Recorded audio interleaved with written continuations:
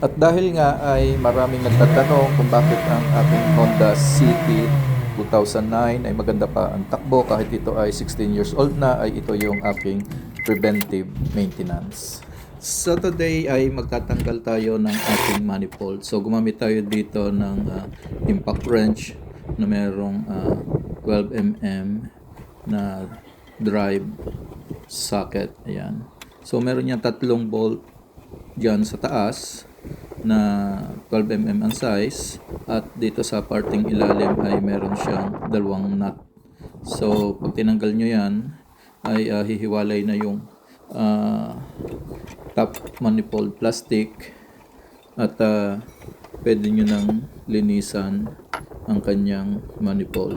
So meron din niyang bolt sa ilalim na kung saan ay pwede nyong tanggalin ang metal manifold, at pwede nyo rin itong linisan kasabay na yung kanyang metal gasket.